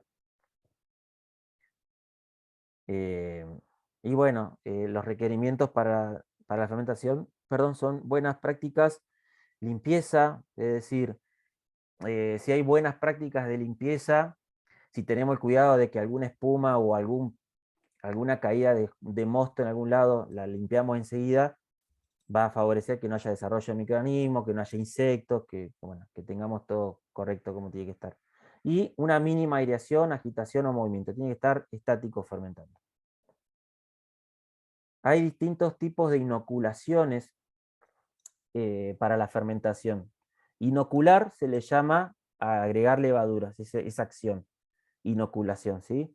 Puede agregarse la levadura seca activa, como les dije, en esa dosis va a andar bien, de 20 a 25 gramos por cada 100 litros de jugo, va a andar perfecto, ¿está? Y hay todo un protocolo, un procedimiento para eso. No voy a agarrar esos 20, 25 gramos como si fuese a hacer pan, de que peso la harina en polvo, la levadura en polvo y la pongo en la harina. No, no. Acá se tiene que hidratar previamente, que creo que lo tengo ahí mencionado el protocolo. Cada levadura tiene un protocolo en la etiqueta que hay que leerlo bien, pero en general se hace una hidratación de 10 veces su parte en peso, es decir, si voy a fermentar 100 litros de jugo, voy a utilizar 20 gramos de levadura que las voy a hidratar con 200 mililitros de agua a 37, 38 grados de temperatura. ¿Está? Eso juega un rol crucial, la hidratación de la levadura, porque puede afectar a la viabilidad o al porcentaje de células vivas que tiene que haber presente en la inoculación. Por eso hay que hacerlo a rajatabla, y cuando hagamos la práctica, por eso quería mostrarles lo importante que es esa parte de pesar bien la levadura, hidratarla en 10 veces su parte en peso, con el agua medida a 37 grados, que lo vamos a hacer con un termómetro, y después ir agregando mosto sucesivamente hasta completar el volumen que agregamos de agua, ¿está? Cuidando los saltos de temperatura. Ahora creo que lo vamos a hablar un ratito. También la otra forma de inocular, en lugar de agregar esas levaduras seca activas que se hidratan y después se agregan al tanque, también se suele hacer en formato de pie de cuba. El pie de cuba es un concentrado de levaduras que se va haciendo, sería como un principio como parecido al de la masa madre, que se utiliza en la panadería, que se hace una mezcla ahí de cosas. Bueno, acá sería como un concentrado de levaduras que se pone a preparar desde el día anterior, con algo de jugo, con algo de jugo de manzanas del día anterior, que se va enriqueciendo y se va aumentando el volumen y la cantidad de células vivas. Hay que hacer determinados procedimientos, protocolos para eso, que no lo vamos a hacer acá, pero sí se hace el pie de cuba para lo que es la sidra espumante, que ahí sí lo vamos a ver cómo se hace un pie de cuba. Así que bueno, esa es otra forma de inocular. Y también como tercera opción, para aquel que quiera trabajar por esa línea de lo biodinámico o lo que se dé naturalmente, se puede seguir trabajando pensando en la idea de fermentación espontánea, es decir, con levadura indígena, teniendo en cuenta que no hay resultados que se aseguren. Y otra cosa que por ahí se me ocurrió para esas personas que quieren fermentar de manera espontánea, si de casualidad van obteniendo un mosto fermentando de buenas condiciones, con características de sidra, se puede sacar un poco de ese mosto en fermentación y congelar, ¿sí? Y después para el próximo año usarlo de inoculación. Entonces vos vas fomentando y seleccionando quizás algo de esa levadura propia, ¿eh? Lo tiro como una sugerencia, porque se utiliza el mismo concepto para bacterias lácticas cuando hacemos vino. Acá está el protocolo que les decía, la preparación. No difiere mucho una marca de levadura a la otra, pero en líneas generales se hace esto, ¿sí? Se hidrata en agua calentita, 37 grados, no más de 40, porque se matan, ¿eh? Son muy sensibles a la temperatura, por eso hay que hacerlo bien a 37 grados. Y bueno, agregar mosto del que se va a fermentar de saltos, digamos, de determinados volúmenes, teniendo en cuenta que cada agregado mosto que vamos a ir haciendo no baje más de 10 grados centígrados la temperatura. Es decir, esta etapa de la hidratación, piensen que primero y principal la levadura es carísima, entonces tenemos que cuidar bien cada gramo que vamos a sacar de esa levadura. Entonces es importante que una vez hidratada, ¿sí?, la levadura, no la choquemos con la temperatura, con la disminución de la temperatura. Suele pasar a veces que tenemos la manzana grande en un ambiente fresco, que viene un galpón o lo que fuese, entonces la temperatura por ahí puede estar a 14, 13 grados, y por ahí se mantiene al otro día así. Entonces, pónganse a pensar que si el mosto está a 15 grados y vos tenés la levadura a 37, si lo mandás de una a fermentar al tanque a 15 grados, la vas a dañar muchísimo. Por eso hay que ir haciendo toda una bajada de temperatura paulatina, ¿sí?, para que no afecte al shock térmico y que se terminen muriendo la mayoría. Y por tal razón, cuando quieras ver cómo fermenta, va a estar fermentando esa levadura poca viva que quedó con alguna de las indígenas que está dando vuelta. Bueno, y la cantidad de mosto que se utilice para la duplicación del volumen del de la hidratación tiene que ser la misma cantidad que el agua utilizada. Es decir, si utilicé 200 mililitros de agua, voy a usar 200 mililitros de mosto, ¿tá? Y algo fundamental que tiene que acompañar toda la fermentación es el agregado de nutrientes. Dijimos que la levadura, no sé si recuerdan, que en la primera etapa se está multiplicando, está creciendo, se está adaptando, y en toda esa etapa consume algo del nutriente que tiene el mosto.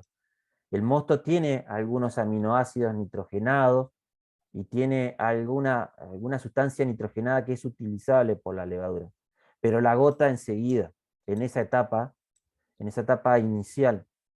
Después, si la levadura no tiene agregado de nutrientes o no tiene nitrógeno para el resto de la actividad fermentativa, puede ser perjudicial porque empieza a utilizar otros compuestos que tienen bases azufradas, entonces se va a formar mucho sulfídrico y va a ocasionar una sidra con olor a huevo podrido. ¿Tá? Por eso es importante acompañar todo agregado de levadura con una dosis determinada de fosfato de amonio. El fosfato de amonio es el nutriente que es recomendado, dada lo accesible que es económicamente. Si no me equivoco, está a 500 pesos el kilo. Es un nutriente considerado inorgánico, ¿sí? Y la dosis es la misma que la levadura, 20 a 25 gramos por hectolitro. Con respecto a los nutrientes, podemos decir que hay dos tipos, inorgánicos como el fosfato de amonio y otros que son orgánicos. Ahí en esa categoría entran los nutrientes que son mucho más caros. Ya estamos hablando, si 500 pesos sale el fosfato de amonio, un orgánico puede estar alrededor de los 3.000 pesos el kilo. Ya empieza a encarecerse.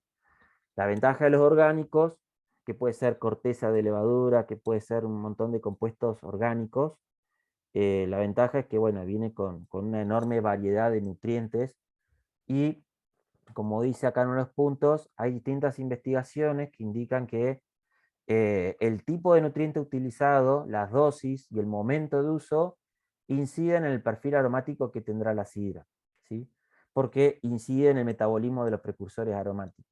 Así que lo dejo como algo a trabajar cada uno de ustedes cuando tenga esa posibilidad.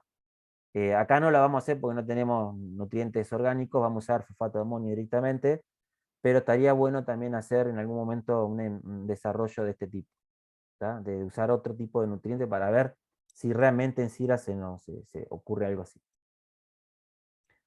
Entonces, vamos a hacer un repaso hasta ahora de los insumos que agregamos, por eso como yo les dije en su momento, tengan identificado los insumos que van agregando en los distintos estadios de la elaboración. Hasta ahora usamos metadisulfito de gramo en una dosis recomendada de 8 a 10 gramos por hectolitro, que lo hicimos una vez obtenido el mosto de la prensa para estabilizar el jugo. Un segundo insumo opcionalmente recomendado para agregar, enzima pectolítica, que dijimos que se puede agregar en el mosto triturado o en la decantación. Y el agregado de nutrientes, como dijimos recién, de 20 a 25 gramos por hectolitro, y la corrección de acidez total, ¿sí? Que también es opcional, recomendado, pero muy variable desde medio gramo por litro hasta 2 gramos por litro. Y las levaduras, como repaso de insumos, ¿sí? Que ya lo dijimos recién. Espérenme un segundo que tengo que cargar la compu, ¿sí?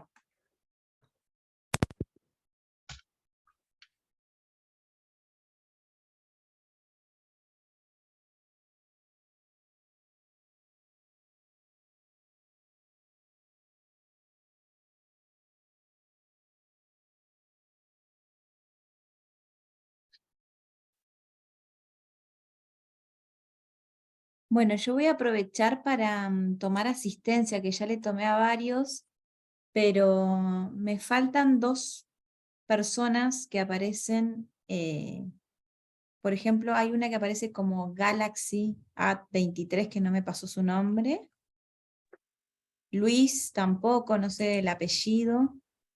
Y Fernando. Si me pueden pasar el nombre y apellido para tomarles asistencia.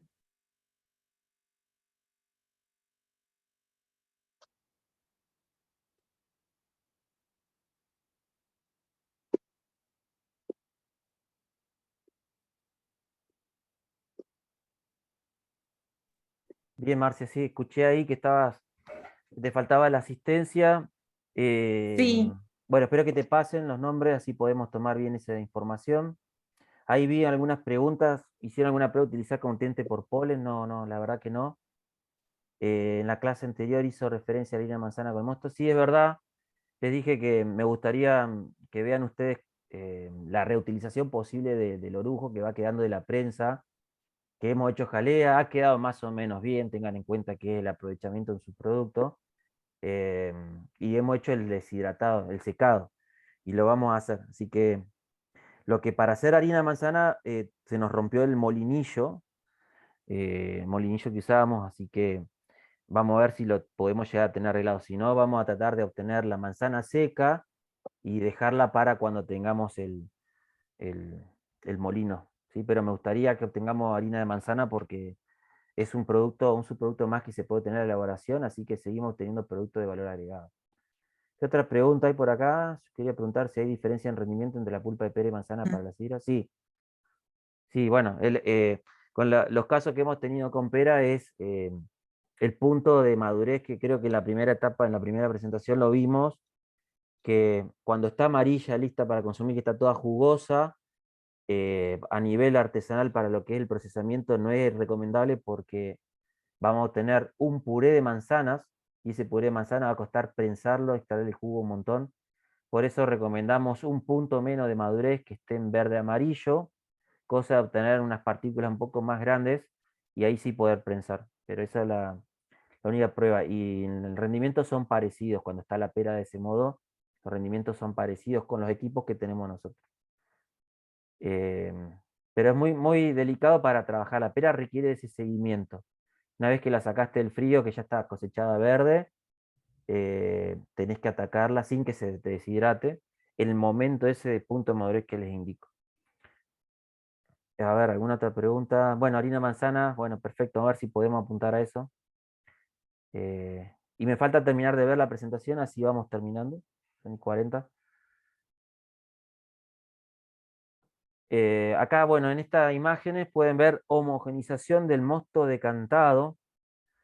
Ese mosto es el que obtuvimos después de esas 24 horas donde le sacamos las borras. Y bueno, se puede hacer. Siempre dijimos evitar la aireación, ¿verdad?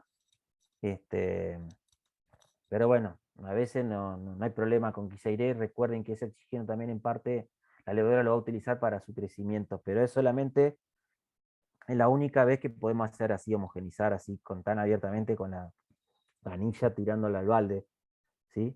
Esa acción solamente la vamos a hacer si encontramos algún defecto en la fermentación, que es para sacar aromas desagradables, pero bueno, eso lo vamos a ver más adelante. Lo importante sí, que al mosto decantado, que le tenemos que agregar ese fosfato de amonio, que a lo mejor le tenemos que agregar esa acidez, bueno, es importante tener bien homogenizado y distribuido en todo el líquido, ¿sí? Para que después podamos agregar, por último, la levadura. La levadura va a ser lo último que agreguemos y no va a hacer falta homogenizar. Pero sí vean que, bueno, utilizamos, de ser necesario, bombas con mangueras atóxicas sanitarias, que también se tienen que sanitizar de acuerdo a un procedimiento. Está todo lo que va a estar en contacto con jugo, hasta el balde este de la foto de la izquierda, todo sanitizado. ¿Qué pasó acá? Ah. Bueno, para la fermentación entonces recordar la dosis de MBK que ya agregamos. O sea, cuando agregamos la levadura no hace falta volver a agregar metadisulfito. Ya se agregó antes. Tengan en cuenta que en su momento le dije, pesen bien, calculen bien, porque el exceso de anhídrido sulfuroso puede ocasionar relantizaciones de fermentación, es decir, puede hacer que la levadura le cueste empezar a trabajar, y bueno, ahí empieza a competir con otros bichos que a lo mejor se acostumbran, compiten y se produce cualquier cosa. Calcular siempre el volumen a fermentar y las cantidades de los insumos correspondientes de manera precisa, siempre. Bueno, durante la fermentación alcohólica, los envases para fermentar deben permitir que salga el gas carbónico excedente, evitando que se junte presión dentro del mismo. Debe imposibilitar la entrada de oxígeno, y para eso se utilizan un dispositivo llamado airlock o trampa de aire, y se coloca en la parte superior, que en la foto les mostré. El objetivo es asegurar anaerobiosis, es decir, que no haya oxígeno en esta etapa. Porque la fermentación, quizá ahora que pienso no lo mencioné, es un proceso de anaerobiosis, ¿sí? La transformación del azúcar en alcohol se tiene que hacer con falta de oxígeno. Otras opciones al airlock puede ser una botella con una manguera. Se pone una manguera en la parte superior hasta una botella con agua. O puede ser un globo pinchado. ¿Tá? También anda bastante bien ese método. Vean la foto de la derecha. Bueno, cuando pongamos a fermentar, bueno, como le decía, va a haber distintos estadios, los primeros 1 o 2 días de quietud, después empieza a bajar considerablemente el azúcar con otras formaciones. Bueno, es importante el control de la disminución del azúcar. Con cómo controlamos la disminución del azúcar, el único instrumento que se adapta para esta parte del proceso es el mostímetro. ¿Sí? El mostímetro, que arrancó con un cierto grado BUME inicial, como les dije, quizás 6 BUME, bueno, día a día ese BUME va a ir bajando, ¿sí? Puede ir bajando al otro día capaz que a 5 o 6, al otro día capaz que en 5, después ya el cuarto día a 3, y ya los saltos son por ahí un poco más grandes dependiendo de la temperatura. Pero sí importante el control diario, en lo posible si pueden a la mañana y otro a la tarde, si no uno por día. La control del grado BUME o la disminución del azúcar nos sirve por varias razones, sobre todo para asegurarnos que el proceso fermentativo ya está en desarrollo, ¿sí? Que estamos haciendo lo que hay que hacer. Y el control de la temperatura de fermentación, por lo que dijimos, que es importante que haya un rango de temperaturas dada para que la velocidad de fermentación sea acorde y pueda darse las mejores expresiones de la levadura. Los controles en la fermentación son fundamentales para obtener una información sobre el proceso de elaboración.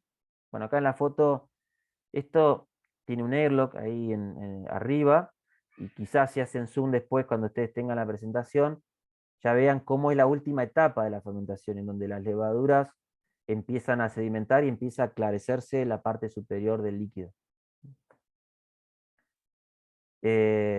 Seguir y registrar diariamente el proceso, ¿sí? La recomendación es esa: una vez colocadas las levaduras, al otro día repetir la medición de temperatura, BUME y o densidad, ¿sí? BUME y densidad son los 2 parámetros recomendados de seguimiento de fermentación. Durante la elaboración, bueno, deberá medirse con frecuencia 2 o 3 veces al día, pero bueno, ya con 2 veces demasiado, con 1 mínimo. Conocer el valor de la temperatura es importante para establecer si la elaboración se mantendrá dentro de los parámetros establecidos. Acá les puse 15 a 20 como máximo, ¿sí? Pero 15 a 18 es lo recomendado. Bueno, durante la elaboración de sidra, la densidad del mosto se modifica durante la fermentación, ya que hay cada vez menos azúcar porque ha sido consumido por las levaduras, y hay cada vez más alcohol. Entonces, ¿qué vamos a ver? Una bajada diaria de la densidad del BUME, como dijimos. Bueno, medir y conocer la densidad del mosto día a día otorga información de ese proceso fermentativo que está ocurriendo y permite determinar paradas fermentativas, como así también puede determinar el fin de la misma.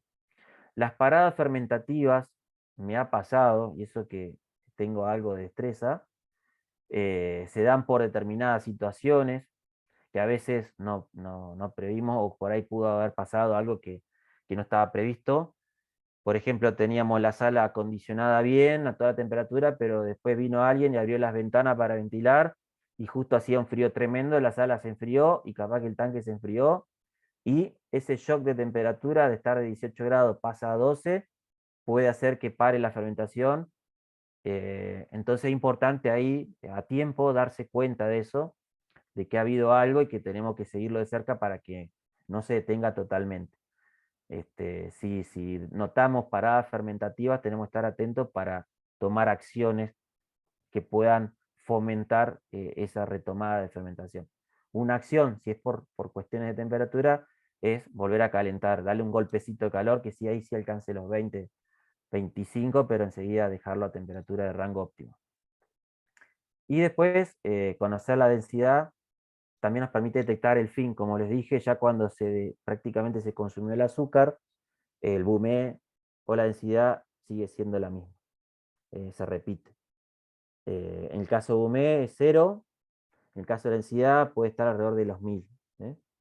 Acá vemos algunas planillas de control de fermentación que nosotros podemos recomendarles, que pueda decir el nombre de la sidra o el estilo, sidra frutada, sidras base, sidra con roble, lo que ustedes quieran, la fecha de molienda, las variedades utilizadas, alguna otra información adicional, el productor el que proviene, la cantidad de kilos, el volumen de litros obtenidos, bueno, pueden agregar más información, algo del pH inicial, corrección de acidez, ¿sí? Toda la información que puedan tener, sería muy bueno tenerla, y ahí van algunos datos de lo que sería un seguimiento de fermentación, ¿está? Con algunas anotaciones.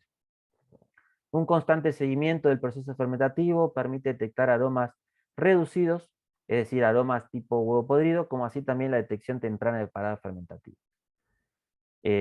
Como acá otro ejemplo, puede producirse en paralelo una fermentación maloláctica, que es cuando las bacterias acidolácticas fermentan el ácido málico natural del mosto en dióxido de carbono y ácido láctico, o bien que la levadura se estrese por razones diversas. En fin, puede haber diferentes motivos, y yo les cité algunos de los que son paradas fermentativas. Pero si ustedes hacen las cosas bien en el sentido de la sanitización, temperatura, dosis de levadura, uso del sulfito, no deberíamos tener grandes inconvenientes. Acá otra planilla de control y evolución de fermentación, otro modelo. Algunas consideraciones en los controles fermentativos. Los valores bajan, ¿sí?, de la densidad progresivamente con respecto a lo que fue el valor inicial. Y ahí está el ejemplo, ¿sí?, de cómo puede inicialmente arrancar en 1048 y después puede terminar alrededor de 1010, 1005, 1001, dependiendo de algunas cuestiones, cómo sea el densímetro, cómo esté calibrado, en fin. La densidad constante en dos lecturas sucesivas de 1000 o menor a 1000, de lo que es densidad, se puede considerar fin de fermentación. Algunos mostímetros, si ustedes compran, tienen una escala roja desde 0 Bumé para arriba que les permite hacer un seguimiento específico muy fino de los azúcares residuales. Ese mostímetro está bueno tenerlo porque ya es más minucioso el seguimiento del azúcar residual que va quedando. Estos mostímetros, como no sé si le comenté, se compran en casas especializadas. Algunas consideraciones: las levaduras transformaron todo al finalizar lo que es la fermentación alcohólica, ¿sí? Las levaduras transformaron ya todo el azúcar que había en alcohol y dióxido de carbono. El dióxido de carbono se disipa, va cesando el burbujeo y baja la espuma, como la foto del tanque. Sin burbujeo y agitación, los sólidos que estaban en suspensión se van depositando en el fondo, incluyendo las levaduras que se van muriendo, ¿tá? Los sedimentos formados deben separarse en un lapso de tiempo prudencial. Como le recomendé más atrás, a las 48 horas ya sería recomendable separar las borras, ¿sí?, al finalizar la fermentación. Resumen de lo que es fermentación. Para ir resumiendo, pues ya estamos, creo que en horario, ¿sí? Se pueden realizar con levaduras secas activas o indígenas, que tiene una gran influencia a la calidad, por lo que yo considero las levaduras secas activas. Es recomendable el uso complementario de nutrientes. Se debe llevar a cabo a una temperatura controlada. Se controla diariamente la transformación de azúcar en alcohol por medio del mostímetro. La fermentación finaliza cuando todo el azúcar se transforma en alcohol. Y el tiempo estimado es de una semana en buenas condiciones, ¿verdad? La fermentación debemos tratar de que sea rápida para que no se desvíe nada y que no se produzca nada raro, ¿tá? Normalmente un jugo de manzana en una semana ya está liquidado, si todo sale bien. Si trabaja a baja temperatura, es decir, si está en el rango de 15 a 12, puede ser que le cueste unos días más, quizás 10, 15, pero es preferible, como le decía, trabajar lo más cercano posible a 18 y asegurarse que en una semana fermente. Pues no queremos que ningún otro microorganismo que no sea la levadura que agregamos consuma ese azúcar que queda. Bueno, esto ya para ir repasando, el 25 de mayo, el jueves que viene, no vamos a tener encuentro, feriado, y ya nos vemos las caras, aquellos que pueden presenciar la actividad práctica, nos vemos directamente el 1 de junio, jueves 1 de junio, en el puesto Chañar, ¿sí? De 14 a 18 horas creo que va a durar la molienda de la manzana, y bueno, ahí vamos a hacer todas las tareas que les mostré en el video, ¿sí? Vamos a lavar la manzana, moler, triturar, vamos a obtener el jugo, vamos a degustarlo, vamos a hacer algunos análisis, vamos a preparar los insumos de elaboración, vamos a diluirlo, el ácido si hace falta, nutriente y la levadura, ¿está? Y nos vamos a ir con esa práctica, hecha la inoculación. Después ya el próximo jueves, el 8, volvemos a la virtualidad y repasamos todo, y aquellos que por ahí no pudieron, por ahí les comentaremos lo que fue la experiencia. Y ya vamos a hablar de lo que sigue, lo que va a ser la conservación y el acondicionamiento de la sidra. el jueves 8 de junio.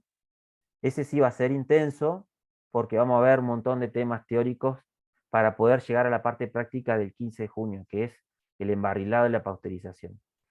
Mi sugerencia es que para aquellos que puedan venir en la semana del 3 de junio al 8, o del 4 de junio al 8, para controlar la fermentación o probar cómo va, están invitados, ¿sí? No le vamos a impedir que vayan, al contrario, con gusto los vamos a recibir el que quiera ir a ver o presenciar o alguna otra cuestión de lo que es la sira que estamos haciendo.